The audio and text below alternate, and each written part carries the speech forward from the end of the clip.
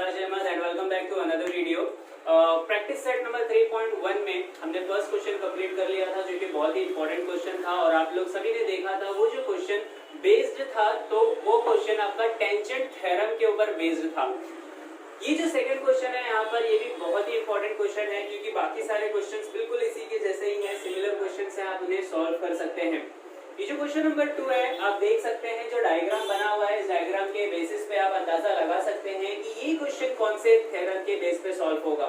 ये आपने जो सेकंड थ्योरम किया था टेंजेंट सेगमेंट थ्योरम, उसके बेस पे सॉल्व होगा। वो वीडियो नहीं देखा है अभी तो वो वीडियो देखिए, उसका लिंक डिस्क्रिप्शन में मिल जाएगा। यहाँ से हम स्टार्ट करते हैं। वैल्यूज क्या क्या दी हुई है, तो देखिए OR is equal to 10 centimetre दिया हुआ है। ये जो OR है आप लोगों का बीच वाला सेगमेंट, ये 10 सेंटीमीटर है। Radius is equal to 5 centimetre दिया हुआ है, तो रेडियस 5 सेंटीमीटर दिया तो है, लेकिन कंस्ट्रक्शन में कहीं दिख नहीं रहा है रेडियस, राइट। तो कंस्ट्रक्ट कर दीजिए, रेडियस आप ड्रॉ कर दीजिए, ON ड्रॉ कर दीजिए और साथ ही साथ में ON ड्रॉ कर दीजिए। जहां पर ये टेंजेंट आप लोगों का टच करता है सर्कल को, उसे ज्वाइन कर दीजिए किससे, सेंटर ऑफ दी सर्कल से। और हमने देखा था कि अगर आप ऐसा करते हैं तो वो क्या होता है, ये जो रेडियस है वो परपेंडिकुलर होता है, यानी कि कितने डिग्री का एंगल बनाता है, 90 डिग्री का, है ना। कितने डिग्री का एंगल यहाँ पर बनता है, 90 डिग्री का। और ये कैसे बनता है, तो बाय टेंजेंट थ्योरम। छोटा सा एक आप जो है रीजन यहाँ पर मेंशन करते हैं। ऑलराइट, तो चलिए कंस्ट्रक्शन हो गया। पहली चीज देखिए क्या बोलिए फाइंड आउट करने के लिए। टोटल 3 चीजें हैं, लेकिन पहली चीज क्या है, पहली चीज है what is the length of each tangent. Her tangent का लेंथ कितना है। अब टेंजेंट सेगमेंट थ्योरम में देखिए आपने एक ही बात सीखी थी। क्या सीखा था हमने सीखा था कि अगर आउटसाइड ऑफ द सर्कल से आप टेंजेंट ड्रॉ करते हैं तो दोनों ही टेंजेंट आपस में क्या होते हैं, कॉन्ग्रुएंट होते हैं। क्या होते हैं, कॉन्ग्रुएंट। यानी कि एक टेंजेंट की वैल्यू फाइंड आउट कर लो, दूसरे की तो अपने आप ही पता चल जाती है ना। दोनों सेम है, बात समझ में आई। तो चलिए हमारा जो टारगेट होगा वो क्या होगा, ये वाला टेंजेंट फाइंड आउट करने के लिए, ऊपर वाला टेंजेंट फाइंड आउट करने के लिए। और वो टेंजेंट कहां पर आता है, ट्रायंगल MOR के अंदर। कहां पर आता है, ट्रायंगल MOR के अंदर। चलिए पहला जो हम ट्रायंगल कंसीडर करने वाले हैं वो कंसीडर करने वाले हैं, लेकिन उसके पहले कंस्ट्रक्शन आपको डिफाइन करना होगा। क्या है कंस्ट्रक्शन, तो आपको बताना होगा कि connect OM and OR। O को M से कनेक्ट कर दो एंड O को क्या कर दो, कनेक्ट किससे, R से कनेक्ट कर दो। कनेक्ट कर दिया हमने, कंस्ट्रक्शन कर लिया हम लोगों ने। अब चलिए बढ़ते हैं हमारे पहले स्टेप की तरफ, और वो होगा आपका क्या, ऊपर वाला ट्रायंगल। यानी कि कौन सा ट्रायंगल, ट्रायंगल का नाम क्या होगा, consider triangle OMR। Triangle OMR। तो ट्रायंगल OMR के अंदर देखिए एंगल OMR कितने डिग्री का है, 90 डिग्री का है ना। कंसीडर ट्रायंगल OMR, या फिर in triangle OMR angle OMR is equal to कितना, 90 डिग्री। रीजन मेंशन कीजिए, by tangent theorem. Very good, by tangent theorem, बहुत अच्छे। चलिए अब अगर ये 90 डिग्री का है, OR की वैल्यू देखिए पहले से दी हुई थी कितनी, 10 सेंटीमीटर। रेडियस की वैल्यू दी हुई थी 5, है ना। रेडियस की वैल्यू कितनी दी हुई थी, 5। तो ये भी पता चल गया। चलो तो अगर ये 90 डिग्री है तो इस ट्रायंगल के अंदर हम पाइथागोरस लगा सकते हैं या नहीं। हाँ, पिछले चैप्टर में सीखा है आप लोगों ने, पाइथागोरस थ्योरम जो चैप्टर है उसके अंदर थ्योरम आप लोगों ने सीखा है तो बस लगा दो यहाँ पर। ओके, तो इसके अंदर क्या लगाने वाले, Pythagoras theorem. Therefore by Pythagoras theorem. क्या कहता है बाय पाइथागोरस थ्योरम, हाइपोटेनस का स्क्वायर। हाइपोटेनस कौन है यहाँ पर, OR, है ना। देखो 90 के अपोजिट में जो बनता है वो क्या होता है आपका, हाइपोटेनस होता है। तो OR का square, OR square is equal to OM square plus MR square.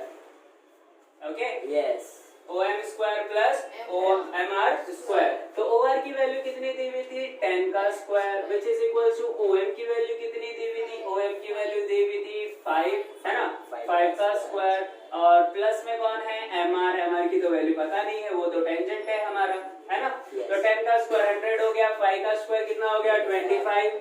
25 plus में वहां जाके क्या हो जाएगा, माइनस। तो आपको यहाँ से क्या मिल जाएगा, MR स्क्वायर की वैल्यू 100 माइनस 25। 100 माइनस 25 करेंगे कितना हो जाएगा, 75। बहुत अच्छे। तो MR square is equal to mr is equal to root of 75।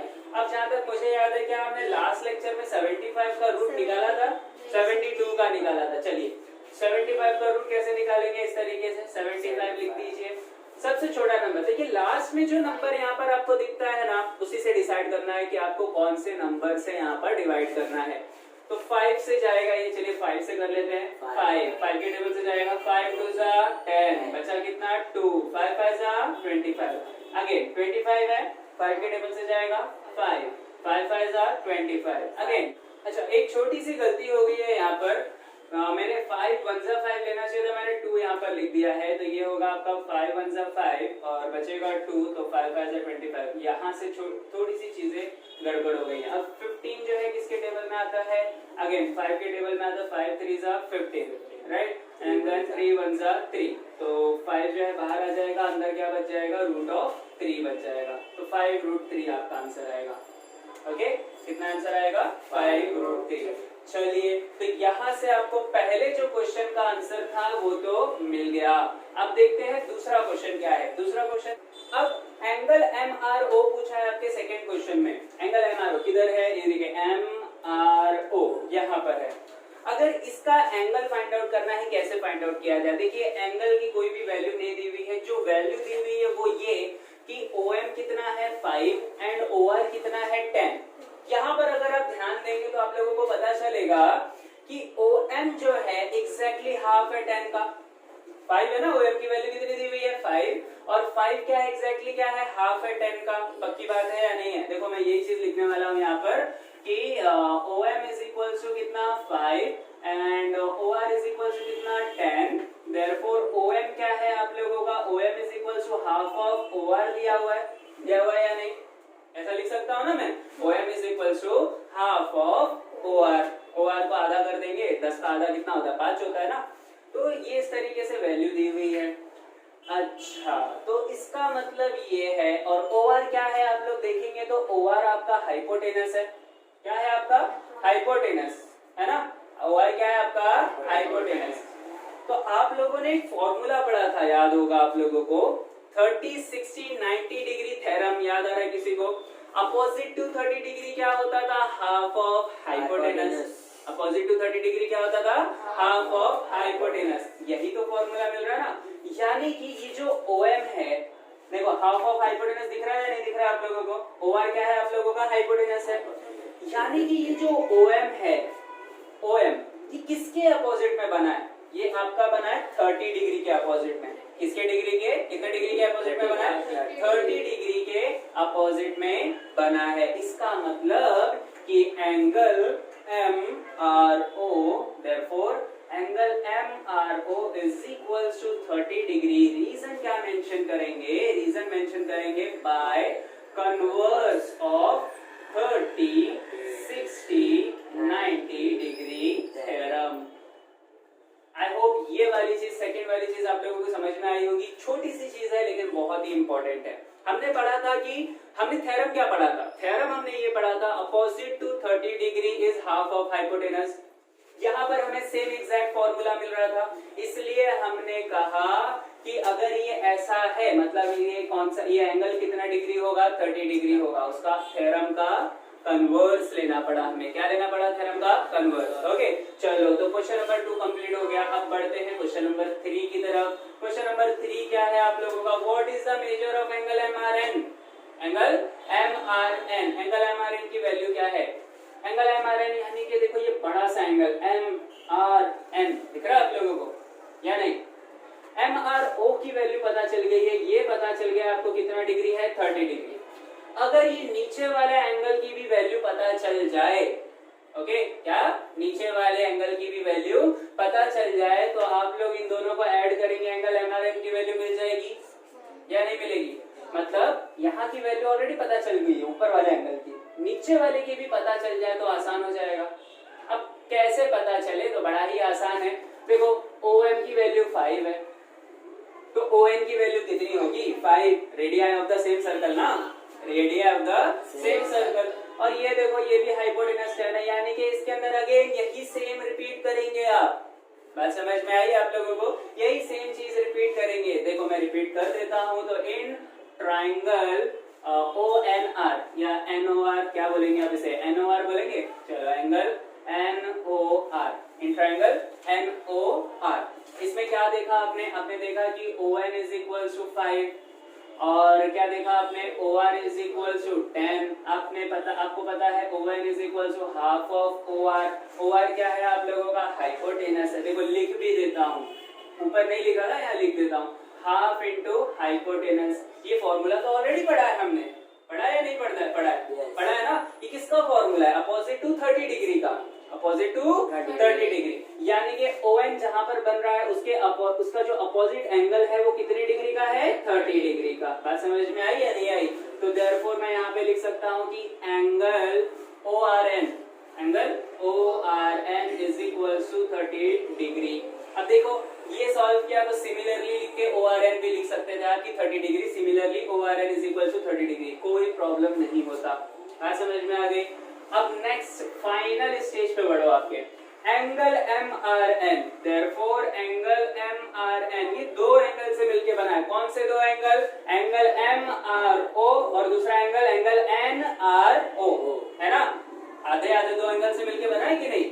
तो angle MRO plus angle NRO, MRO की वैल्यू 30 डिग्री, NRO की वैल्यू 30 डिग्री, 30 प्लस 30 कितना हो गया, 60 डिग्री। एंगल MRN पता चल गया।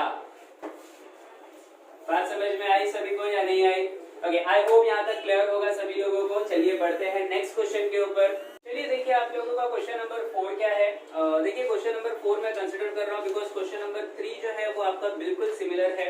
अगर आप देखेंगे तो क्वेश्चन नंबर 3 में आपको ये बताना है कि जो दो एंगल्स यहाँ पर बने हैं, angle MRO and angle NRO, ये दोनों जो एंगल है वो क्या है, बाइसेक्ट कर रहे हैं किसे, एंगल MRN को, और साथ ही साथ में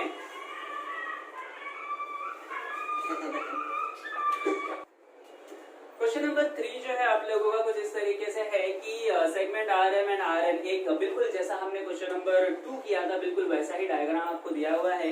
यहाँ पर बस फर्क इतना है कि आपको ये बताना है एंगल MRO जो है OR क्या कर रहा है, उन्हें बाइसेक्ट कर रहा है, और साथ ही साथ में एंगल MON को भी OR क्या कर रहा है, बाइसेक्ट कर रहा है। अब अगर ये प्रूफ करना है आपको तो कैसे प्रूफ करेंगे, आपको सिंपली ये बताना होगा कि जो ऊपर एंगल बन रहा है एंगल MRO और जो नीचे एंगल बन रहा है NRO, दोनों एक दूसरे के क्या है, कॉन्ग्रुएंट है। अगर ये आपने बता दिया तो बड़ी ही आसानी से आपका जो प्रूफ है वो आ जाएगा। ओके, अब बढ़ते हैं क्वेश्चन नंबर 4 की तरफ। देखिए क्या है, what is the distance between two parallel tangents of a circle having radius 4.5 centimetre, justify your answer. अगर हमारे पास एक सर्कल है और उस सर्कल के ऊपर दो टेंजेंट्स हैं और वो दोनों ही टेंजेंट आपस में कैसे हैं, दोनों ही टेंजेंट आपस में पैरेलल हैं। कैसे हैं, पैरेलल। ओके, तो दो टेंजेंट्स पहले हम ड्रॉ कर लेते हैं और वो दो टेंजेंट्स लेते हैं हम यहाँ पर। अगर एक टेंजेंट मैं नीचे की तरफ ले रहा हूँ इस तरीके से, तो एक टेंजेंट पैरेलल है ना, तो पैरेलल के लिए कहाँ लेना पड़ेगा मुझे, ऊपर की तरफ। ओके, इस तरीके से। तो देखिए ये दोनों टेंजेंट जरूरी नहीं है कि आप जो है आप सिर्फ ऊपर और नीचे भी नीचे ले सकते हैं, आप यहाँ पर और यहाँ पर भी ले सकते हैं, बस पैरेलल होने चाहिए। ओके, तो इसे हम ले लेते हैं, टेंजेंट का नाम दे देते हैं, इसे L दे देते हैं लाइन का नाम, और इसे नाम दे देते हैं M। यहाँ पर ये जो पॉइंट जहाँ पर इंटरसेक्ट किया है उसे दे देते हैं A, और यहाँ पर जहाँ इंटरसेक्ट हो रहा है टेंजेंट से उसे हम दे देते हैं D। ओके, तो ये दो टेंजेंट है हमारे पास कुछ इस तरीके से, पैरेलल टेंजेंट। ओके, अब मैं क्या कर रहा हूँ, इन पैरेलल टेंजेंट्स को जो है मैं कनेक्ट कर दे रहा हूँ। देखिए यहाँ से सेंटर से लेकर अगर टेंजेंट के पॉइंट, जहां पर टेंजेंट का जो पॉइंट है अगर मैं उसे कनेक्ट करता हूं तो ये क्या होगा, परपेंडिकुलर होगा, यानी कि यहाँ पर एंगल कितने का डिग्री का बनेगा, 90 डिग्री का। सिमिलरली नीचे की तरफ भी अगर एक्सटेंड करके मैं इन्हें ज्वाइन कर देता हूँ, यहाँ पर भी एंगल कितने डिग्री का बनेगा, 90 डिग्री का बनेगा। पक्की बात है। आपको क्वेश्चन में दिया क्या हुआ है, तो क्वेश्चन में आपको सिर्फ और सिर्फ रेडियस दिया हुआ है 4.5 सेंटीमीटर। क्या दिया हुआ है, रेडियस कितना दिया हुआ है, 4.5 सेंटीमीटर, यानी कि O से लेकर A तक का डिस्टेंस कितना होगा, 4.5।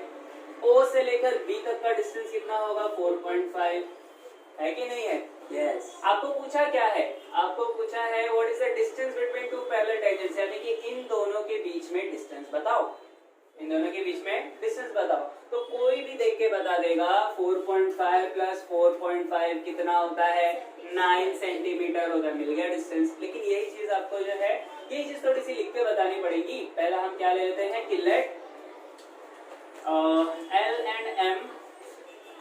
L and M be the parallel tangents, या फिर line L is parallel to line M, okay, parallel to line M, okay, and OA is perpendicular to L, है ना, OA is perpendicular to L, तो OA perpendicular है, OB भी perpendicular है, यही चीज आपको बतानी है। और therefore हम बोलेंगे कि OA OB दोनों, ये तीनों ही कहाँ लाया करते हैं, सेम लाइन में, एक ही लाइन में लाया करते हैं। पक्की बात है। अब अगर एक ही लाइन में लाया करते हैं, इसका मतलब कि अगर आपको AB निकालना है तो क्या करना पड़ेगा, AO प्लस OB कर दो, मिल जाएगा, है ना। तो therefore AB is equal to AO कितना है 4.5, ये भी है 4.5 प्लस 4.5 कितना हो गया 9 सेंटीमीटर, AB कितना मिल गया 9 सेंटीमीटर। therefore फाइनल आंसर आप लिखेंगे कि therefore the distance between two tangents, distance between two tangents is 9 centimetre. Okay, देखो बहुत छोटा सा आंसर है, सॉल्यूशन है। यहाँ पर आपका जो क्वेश्चन नंबर 4 है वो खत्म होता है और साथ ही साथ में प्रैक्टिस सेट नंबर 3.1 भी खत्म होती है। प्रैक्टिस सेट नंबर 3.2 के लिए हमें कौन से थ्योरम स्टडी करने होंगे वो देखते हैं।